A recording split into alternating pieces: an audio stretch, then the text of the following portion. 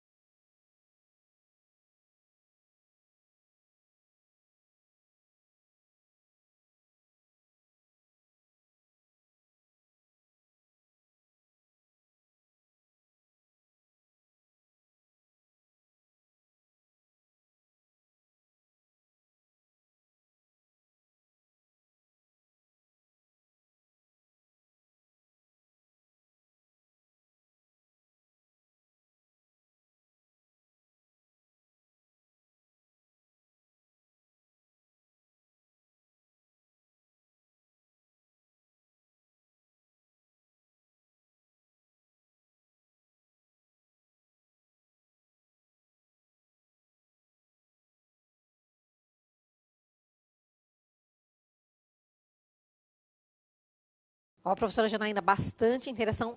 Muita gente, Ana Beatriz, Grécia e Roma. Legal. O Eric, bem diferente do Eric, povos indígenas. Legal.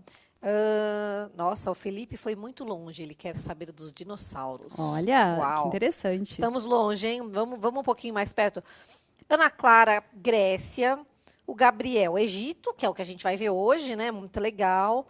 Muita gente Egito, mas assim, muita gente mesmo. A Maria Eduarda, Ana Elisa, Heloísa, Esther, Grécia. Grécia. Grécia é o que está ganhando. Realmente, aqui. assim, no sexto ano, quando nós começamos as civilizações antigas, os estudantes eles têm uma fascinação pela Grécia e pelo Egito. É porque eles conhecem muito já, eles assistem desenhos, muitos filmes que tratam dessa parte da história.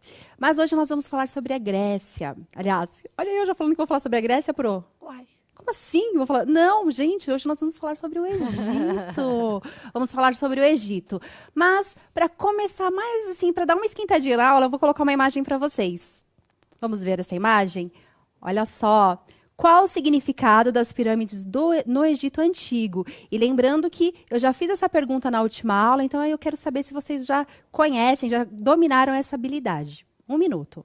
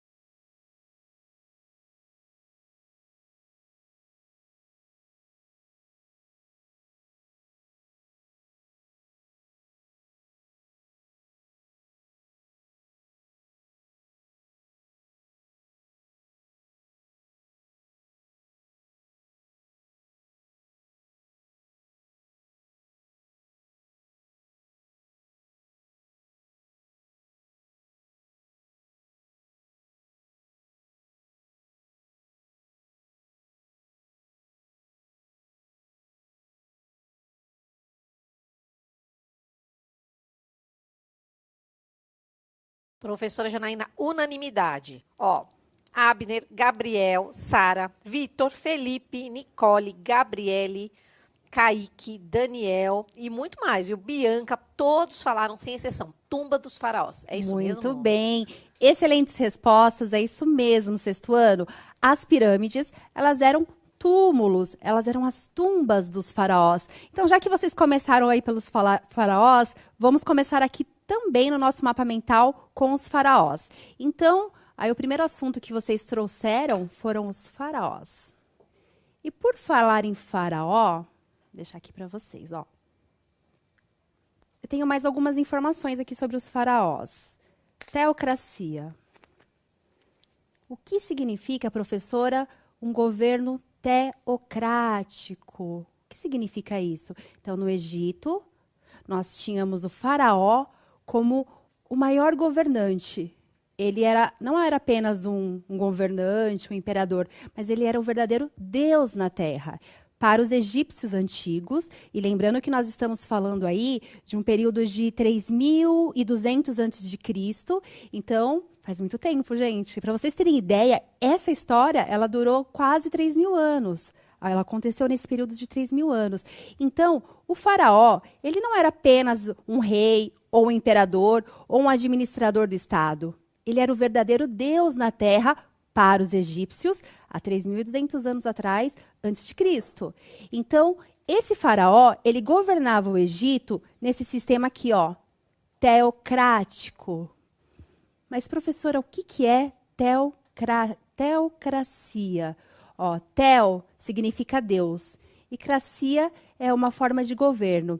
Então, no Egito, o faraó ele tinha poderes não apenas de líder do Estado, mas como de um verdadeiro Deus. Para os egípcios, ele era um Deus encarnado, ele era o verdadeiro Deus. Ele não era nem um filho, ele era o Deus para os egípcios, está bem? Então, como um Deus, ele tinha muitas funções. Ele tinha que fazer o rio Nilo transbordar, ele tinha que fazer as colheitas serem prósperas, ele tinha que fazer chover, ele tinha que fazer as mulheres terem filhos, ele precisava fazer com que as pessoas fossem felizes, e tudo estava na mão desse Deus. E esse Deus, ele também governava politicamente o seu povo do Egito. Então, teocracia é isso, sexto ano. Teocracia é um tipo de governo que aconteceu no Egito, onde o faraó ele tinha nas mãos dele o poder religioso e o poder político.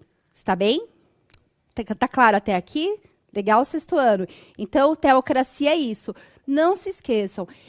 Esses termos, eles vão se perdendo aí durante o tempo. Então, agora no sexto ano, todas essas informações, elas precisam ser muito bem entendidas por vocês, porque a gente vai depois falar disso várias vezes. Então, um exemplo de sociedade teocrática é o Egito. Pois o nosso faraó, ele tem em mãos, ele absorve aí o poder religioso e o poder político. Então, ele decidia tudo nessa sociedade. Vou colocar para vocês na tela a pirâmide social do Egito. Como que funcionava? Vocês já conhecem, né, essa pirâmide social. Vocês já sabem que acima nós temos aí uma minoria. Então, o faraó é uma minoria. Somente ele ocupa este cargo. É o cargo mais importante, é a posição mais importante da sociedade. Afinal de contas, né, sexto ano, ele, além de ser um governante, ele é um deus também, certo? Na sequência, nós temos os vizir, sacerdotes e escribas. Falando em escribas, hein, professora? Eu acho que tem alguma coisa a ver com você aqui, a sua presença, os escribas. Já falamos sobre os escribas, mas eles configuram aí uma classe nobre, né? Eles estão logo abaixo do faraó. Nós temos aí na sequência os artesãos, os comerciantes e os militares. E na base, sustentando toda essa sociedade, nós temos camponeses e escravizados por dívidas ou conquistas militares. Lembram dos hebreus que nós falamos na aula anterior? Então, os hebreus também foram escravos no Egito Antigo, depois da expulsão dos Ixos. Para vocês aí na tela, um pouco da questão mitológica do Egito Antigo. Então, aí são os deuses do Egito Antigo. Esse é o deus Osíris, primeiro rei egípcio, representa a fertilidade e a prosperidade, ligado à agricultura, é assassinado e tem o seu trono usurpado por Sete, seu irmão. Sexto ano, vocês sabem o que é usurpado? Né? De repente, vocês dêem uma palavra aí, mas... Professor, eu não entendi, porque justamente aquela palavra que fazia todo o sentido da frase você não explicou. Então, o que é usurpar um trono? É quando eu roubo o trono. Vamos supor que a professora Fernanda está aqui no trono e ela é imperadora do Egito. Professora Fernanda, imperadora do Egito. Só que eu estou lá querendo roubar o trono dela, então eu vou lá e tiro a professora Fernanda do trono. Como que eu posso fazer isso? Geralmente, pessoal, lá na história antiga, eles resolviam as coisas assim. Ou eles matavam, ou eles envenenavam, ou uma cobra ia lá e envenenava a professora. Sem querer, né? A cobra podia ir lá te picar e aí eu tomava o seu trono. Então, usurpar é meio que roubar, tomar a força. Isso é usurpar. Mais uma informação na tela para vocês. E aí nós temos Horus. Olha o Horus aí. Considerado o deus dos vivos. Filho de Osíris e Íris, retoma o trono para seu pai, concluindo sua ressurreição. E por último, Ísis. Ísis representa as chuvas, esposa irmã de Osíris. Ao chorar pela morte de Osíris, seu marido... Olha lá, o Osíris é o primeiro, pessoal. O Osíris era o marido da Ísis. E o Horus, que está no meio, é o filho dos dois, tá bom? Então, vamos retomar aqui a leitura da Ísis. Vou deixar na tela de novo para vocês. Ísis representa as chuvas, esposa irmã de Osíris. Ao chorar pela morte de Osíris, reconstituiu o esposo. E com ele tem Horus, o filho póstumo do casal. Vou deixar essa imagem para vocês na tela, porque olha só, pessoal, do meio aí o Horus é filho dos dois. E a Ísis, ela tem esse filho com Osíris, depois que Osíris já estava morto. Então, por isso que ele é o filho póstumo. O que é póstumo, professora? É o que vem depois, o que vem após a morte. Aí, lembrando, né, que os egípcios, eles acreditavam na vida após a morte. E por isso, por acreditar na vida após a morte, as pirâmides que nós falamos lá no começo, vou trazer aqui, as pirâmides, elas foram construídas justamente para ser a morada pós-vida dos faraós. Por isso que elas são tão incríveis. Então, os faraós, eles colocavam dentro da pirâmide todas as riquezas deles. E tem um detalhe, muitas vezes, sabe, professora, os seus empregados e esposas também iam nas pirâmides. É o que conta a lenda. Diz a lenda que as esposas também iam. Eu não queria ser esposa de um faraó. Ai, que triste. Eu não queria ser esposa de um faraó, porque tem uma linha da historiografia que diz que é possível, sim, que as esposas e os serviçais fossem junto com eles lá nas pirâmides, né? Então, as pirâmides elas eram construídas com essa finalidade. Por quê? No Egito, o faraó ele governava num sistema teocrático, que é esse sistema onde ele tem o poder político e religioso. Eles acreditam em vários deuses. Mais um aqui para vocês, ó. Eles acreditam em vários deuses.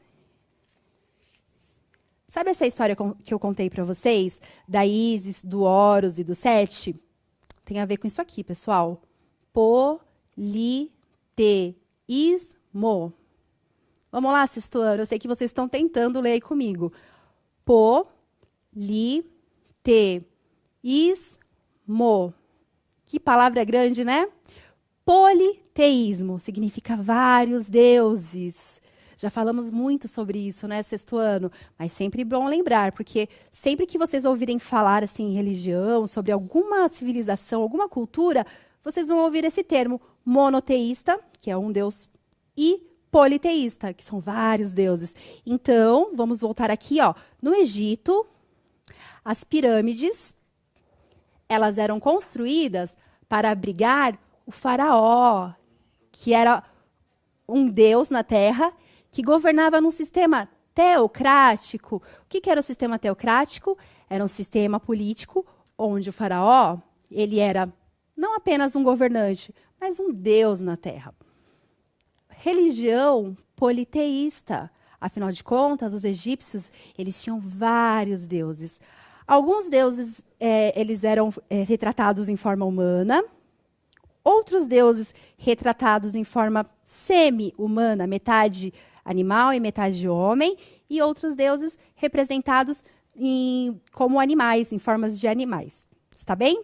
Então, eu vou passar mais uma tela para vocês, e nós vamos falar sobre a escrita. E é aqui que a professora vai entrar. Escrita. Vou mostrar para vocês os tipos de escritas que foram inventadas pelos egípcios. Essa é o hieróglifo. Caracteres logográficos, isto é, desenhos de animais, plantas, partes do corpo e objetos. Então, a escrita hieroglífica é uma escrita sagrada, está bem? Essa escrita ela era usada pelos escribas e ela era representada assim, ó, com esses símbolos. Então, guarda aí sexto ano. Hieróglifo é uma escrita egípcia sagrada. Somente os escribas possuíam esse conhecimento.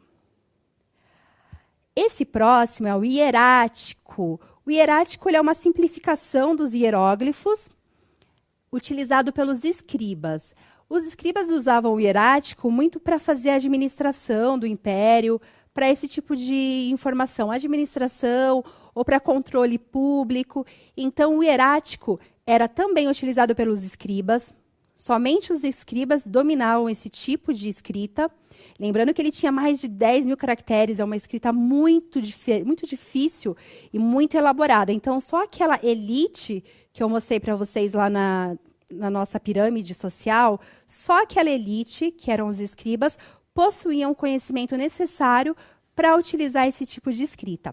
Eu vou colocar mais um modelo para vocês na tela. Olha só. Demótica. Escrita demótica. Ela é derivada da hierática, surgiu por volta do século 5, 6, 7. Surgiu por volta do século 7 a.C., espalhou-se rapidamente por todo o Egito. Agora, ó, congela essa tela aí, o sexto ano. Hierática e hieróglifo são escritas que os escribas utilizaram. Era uma escrita muito mais elaborada. O demótico, que é esse que vocês estão vendo aí abaixo, é uma escrita mais popular. Então, ela se espalhou muito fácil pelo Egito. Várias pessoas do Egito aí utilizavam. Aí, voltando aqui para nós, para o nosso mapa mental, nós temos aqui a escrita, certo? Como uma característica importante do Egito. E, para finalizar, eu vou falar para vocês aqui um pouquinho sobre o Nilo, que não dá para falar de Egito se a gente não falar sobre o Rio Nilo. Rio Nilo e agricultura. Certo? Bom, falando aqui rapidamente do Rio Nilo e da questão da agricultura. Professora, o que isso tem a ver com o Egito? Pessoal, o Rio Nilo, ele é considerado uma dádiva do Egito. É a dádiva do Egito. O Rio Nilo que possibilitou que essa civilização egípcia crescesse tanto. Porque foi ali, através do Rio Nilo, que com a enchente do rio, então assim, o rio enchia, aí ele transbordava, e aquele transbordamento do Rio Nilo, ele possibilitava que a agricultura fosse muito fértil, aquela terra era muito fértil. Então, quando o rio ele transbordava, ele molhava ali as margens, transbordava nas margens, e as margens do Egito, próximo do Rio Nilo, era muito fértil, muito fértil. Então, a agricultura ali era muito próspera. Essa é a relação do Rio Nilo com a agricultura. Agora, tem outra informação importante, pessoal. Pelo fato dessa sociedade egípcia ela ser considerada uma sociedade hidráulica, que era muito baseado na questão do Rio Nilo, todo o desenvolvimento agrícola era baseado no Rio Nilo, toda a forma de trabalho, tudo que eles tinham em relação a trabalho, a organização social, estava voltada também a questões hídricas. Então, eles eram especialistas em montar diques, represas. Então, a maior parte ali da população estava trabalhando em torno do Rio Nilo, da agricultura. Está bem? E aí, eu falei para vocês que a professora Fernanda, ela entraria justamente nessa parte da escrita. E aí, Pro, o que você trouxe para a gente? Não, mas fiquei curiosa. E esse? Ah, esse aqui... É pro final? Ah, esse aqui é o faraó. Esse trabalhinho aqui eu recebi de uma professora muito querida da rede, professora Rosi. Então, é um fantoche que ela fez do... Deixa eu ver se está mostrando direitinho. É um fantoche que ela fez, eu já até mostrei na outra aula. É uma sugestão aí para os alunos, ó. Ela só dobrou o papel aqui, colocou. É uma sugestão para vocês também, para vocês brincarem aí, fazer os seus teatrinhos. De repente, se você fizer o seu faraó, você pode postar na hashtag Eu no CMSP, que nós teremos o prazer de dar uma olhadinha lá e comentar nas suas postagens. E aí, Pro? Adorei. Turma do sexto ano, estamos trabalhando com teatro, hein? Façam o faraó. Eu adorei esse faraó. Bom, turma, hoje nós vamos trabalhar como escribas da elite. Que chique. Nós vamos fazer tábuas para escrita egípcia. Vamos ver o que a gente vai fazer. Como que a gente vai fazer? Bom, professora, eu trouxe aqui para vocês, isso aqui é uma placa de gesso. Tá? Foi a professora que fez para mim.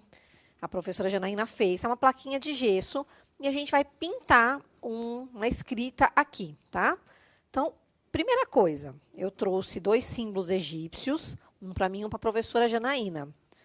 Eu trouxe o olho de Horus. Olha, coincidentemente, a professora contou a história do Horus. Depois tem a lenda. E eu trouxe a chave da vida, que significa conhecimento. E o olho de Horus traz proteção e força. Vamos lá. Como primeira coisa, a gente vai fazer a nossa plaquinha de gesso. Turma, eu sempre trago para vocês substituição. O que a gente pode substituir por gesso? Gesso é muito baratinho, tá? O saquinho de gesso custa R$2, R$3. Mas eu sei, a gente está na pandemia, não tem como comprar. Então, vamos guardar essa informação para quando a gente puder sair para poder comprar, tá certo? Então, um saquinho de gesso de 1 quilo custa R$2, R$3. Ah, professora, não tenho como fazer agora. Então, a gente pode fazer no papel mesmo, por enquanto. Quem tiver tijolo em casa, tijolo também, tá? Pode fazer no tijolo, não tem problema. Como que a gente faz? Potinho, que vai ser jogado fora depois, tá, turma? Tem que ser um potinho de sorvete jogado fora. A mesma quantidade de água para a mesma quantidade de gesso, tá, turma? Eu coloquei a mesma quantidade aqui. O que vai primeiro, o gesso ou a água? Sempre a água primeiro, tá, professora? Porque se colocar o gesso, depois a água fica empedrado. Ah, aconteceu comigo, Pro. Desculpa, eu não te avisei, né? Eu tô sabendo, que legal. Ó, a água primeiro. Sai. Se você colocar o gesso primeiro, sai. Mas a água primeiro. Por que eu já trouxe pronto, pessoal? Porque demora uns 15 minutos para secar. E aí o gesso, como que a gente põe? Ah, põe de qualquer jeito? Não. É que nem polvilhar farinha. Tem que ser de pouquinho em pouquinho. Você vai polvilhando o gesso na água, bem devagarzinho mesmo. É trabalhinho de paciência, tá, turma? Vai polvilhando. Devagarzinho. Polvilhou. Você vai pegar uma... Eu tenho uma pazinha aqui, turma, que é uma pazinha velha minha, que o professor de artes tem de tudo, né? Era uma colher de pau. E aí você vai mexer, não sei se vai mexer. E não pode demorar muito, tá, turma? Porque endurece rápido. Mexeu. Não sei se dá pra ver, ó. Mexeu. Ele já vai tomando uma consistência, já, né, Pro? Vai tomando uma consistência. Mexeu, deixou. Deixou de ladinho. 15 minutinhos, com esse tempo de calor, turma, em 15 minutinhos ele seca, tá? Então, água primeiro. Eu fiz um copinho só, turma, mas um copo fica uma plaquinha muito fininha. O ideal seriam 2 copos. 2 copos de água para 2 copinhos de gesso. Aí você tem uma plaquinha um pouquinho mais grossa, tá, turma? Aí ficou a plaquinha, ficou isso aqui, né, professora? Ah, que coisa estranha. Lixa. Pegar uma lixinha e lixar, ele vai ficar bem lisinho. Onde que a gente faz isso, professora? Quem tem quintal, fora. Quem mora em apartamento, no tanque. No tanque é bom você lixar no tanque, aí o pozinho já vai caindo, você já vai lavando, tá? Quem quiser usar, tem a mão sensível, usa um plástico, tá? Para mexer, que o pozinho do gesso, ele vai para tudo quanto é lugar, tá? Beleza. Nós não lixamos, não tivemos tempo, não tem problema. Vamos lá. O que eu fiz, turma? Peguei um pedaço de sulfite, cortei, desenhei, tá? E o que eu fiz atrás? Passei grafite. Passei lápis grafite mesmo. Tá vendo? Ó, de qualquer jeito. Por quê? Porque eu não tenho papel, eu não tenho como passar isso pra plaquinha. Vamos, professora, fazer comigo? Vamos lá. Ó. Esse é o meu, né? Então, vai colocar aqui. Aí eu coloco a parte do grafite para baixo? A parte do grafite para baixo, tá, entendi. turma? A parte do grafite, ó. Ah, legal. Porque vai transferir o desenho para cá. A gente pode usar caneta ou um lápis bem forte, com bastante força, tá, turma? Vai ter que transferir mesmo isso, ó. Assim, Pro, riscando? Não, passando na linha agora, ó. Já fiz o meu errado. Na linha, não tem problema, Pro, a gente me dá apaga. outro. Professora Fernanda, enquanto a gente vai transferindo aqui o desenho para a nossa placa, eu vou deixar o protagonismo do dia passando para vocês. Aí a gente volta aqui para ver como ficou, tá bom? Legal. O que é o protagonismo do dia? Ah, você vai ver, é uma parte muito legal da nossa aula. Vou deixar para vocês, então, o vídeo do nosso aluno. Ele preparou uma atividade super legal. E, assim, os alunos, eles enviam para nós, lá na hashtag no CMSP, atividades que eles fizeram. E essas atividades nós passamos aqui. Então, nós chamamos aí de protagonismo do dia, né? São alunos que trazem atividades. Já está pronto? A gente pode passar? Então, tá bom, para vocês aí na tela. Teseu e o Minotauro. Minotauro morava em um labirinto chamado de Labirinto do Minotauro, onde ninguém conseguia sair. Teseu demonstra mais uma prova de coragem ao oferecer como uma das vítimas. O objetivo era entrar no labirinto e derrotar o Minotauro, fazendo com que os rapazes e donzelas de Atenas não mais corressem o risco de serem mortos. Assim que as donzelas e os rapazes, incluindo Teseu, chegaram à cidade de Creta. Teseu conheceu Ariadne, que era filha do rei, Essa jovem ofereceu como presente a Teseu uma espada e um novelo de lã para que ele conseguisse derrotar o monstro e logo depois saísse do labirinto. Teseu foi bem sucedido em sua missão. Matou o Minotauro, conseguiu fugir do labirinto, salvou todos os seus companheiros e livrou o povo de Atenas do pagamento desse imposto ao rei Minos.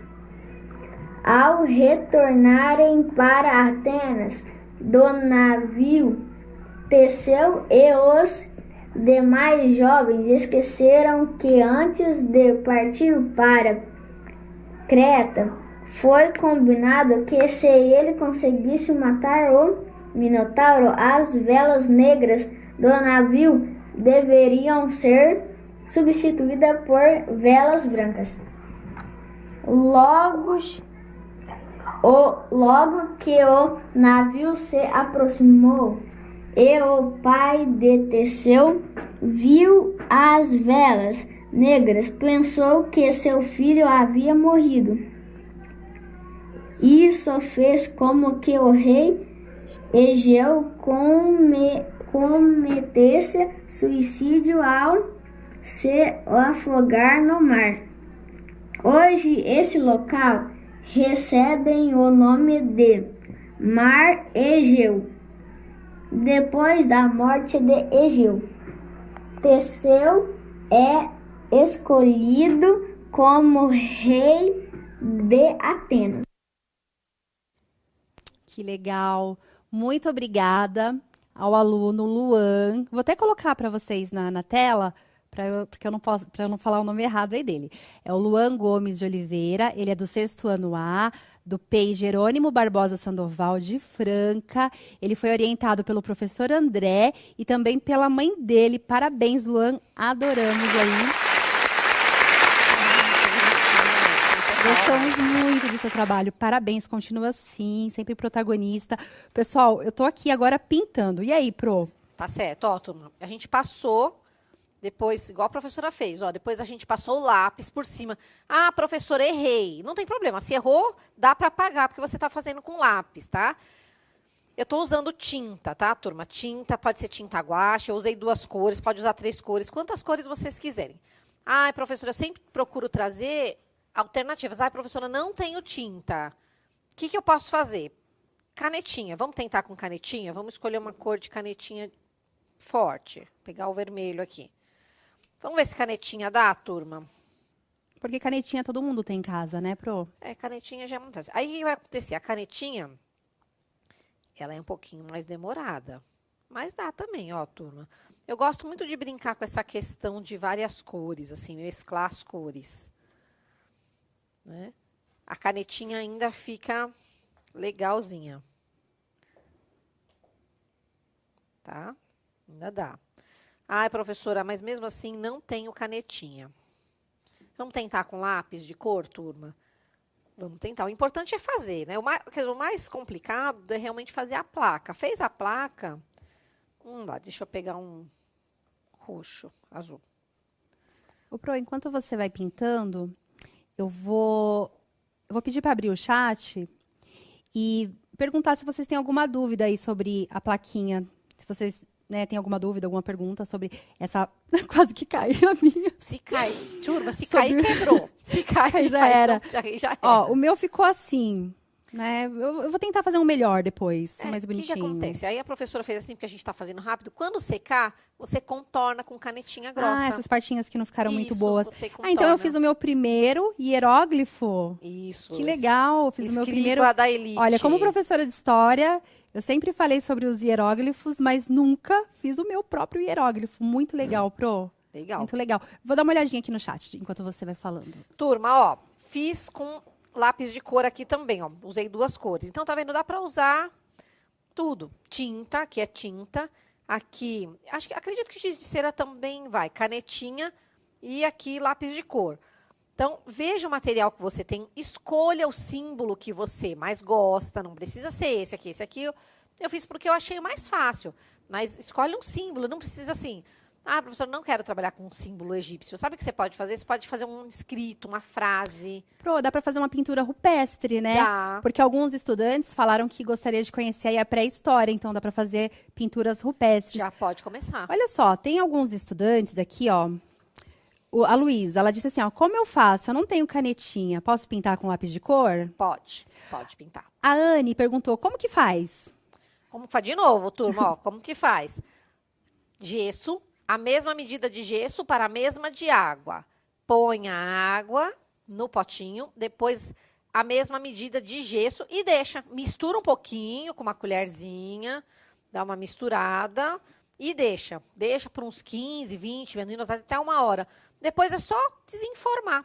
Ah, e se não, às vezes acontece, não sei se aconteceu com você, professora, de o gesso não sair. Não sai de jeito nenhum, não desenforma. Tem que cortar. Aí perdeu a forma, tá? Aí corta. Por isso que eu falo que tem que ser coisas que vai jogar no lixo. Dá pra fazer com aquelas tigelinhas de margarina também, sabe, turma? Na verdade, dá pra fazer com qualquer coisa. Dá pra fazer com copo de requeijão. Aí fica menorzinho, fica até bonitinho, Copinho né? de plástico também dá pra fazer. Ai, que legal. Só sai diferente, só. Olha só, o Davi Lacerda, ele disse que vai fazer. Se fizer, posta no hashtag que eu quero ver, turma. A Isis, olha que nome maravilhoso, hein? Ó, Isis, tudo a ver com a nossa aula. Tudo a ver. A Isis, ela está perguntando como que tira o gesso. Você acabou de responder, mas quer falar para Isis novamente? Então, Isis, desenforma. Não vou poder usar essa nossa tigelinha aqui, mas desenforma que nem desenforma gelo. Desenforma. Ah, não tá saindo de jeito nenhum, pega uma tesoura e corta, tá? Geralmente, quando vocês compram o gesso, ele vem num saquinho de 1 quilo. Turma, não deu certo? Faz de novo, não tem problema, tudo é experimento. Só toma cuidado, porque gesso faz muita sujeira, né? Pra mãe não ficar não brava. brigar, né? Forra não vai usar a mesa, também, né, ó. as Tupperware das mães, né? Não vai usar Tupperware nova da mãe, pega coisinha velha. Forra a mesa. Se tiver quintal, melhor fazer no quintal. Cuidado com o vento, não pode estar ventando muito, senão o pó do gesso voa tudo, tá, turma? É verdade, quem tem problema aí de respiratório usa coloca a máscara. E quem mora em apartamento, faz na área de serviço, no tanque, que é o que acontece comigo, geralmente, que eu faço. Olha, tem um aluno aqui, o Davi da Silva, ele está perguntando assim, prof, é obrigatório fazer? Eu tenho que fazer meu hieróglifo? É obrigatório? Davi, não é obrigatório. Isso aqui é uma atividade mesmo que os alunos sempre pedem para nós, atividades mais mão na massa, né? Como que eu posso utilizar a escrita? Vocês podem fazer assim esses objetos, não é obrigatório, é uma sugestão de atividade. Se vocês quiserem fazer nas escolas de vocês, vai ser super legal. Então, eu vou deixar uma perguntinha no chat para vocês, 1 minuto, enquanto a gente termina aqui, né, profe? Vou deixar 1 minutinho para vocês na tela. É bem rapidinho essa pergunta. Os tipos de escrita utilizados pelos escribas e mais difundido no Egito Antigo eram... Aí vocês vão me dar aí alternativas, tá bem? E lembrando que eu já até dei essa resposta. 1 minuto para vocês.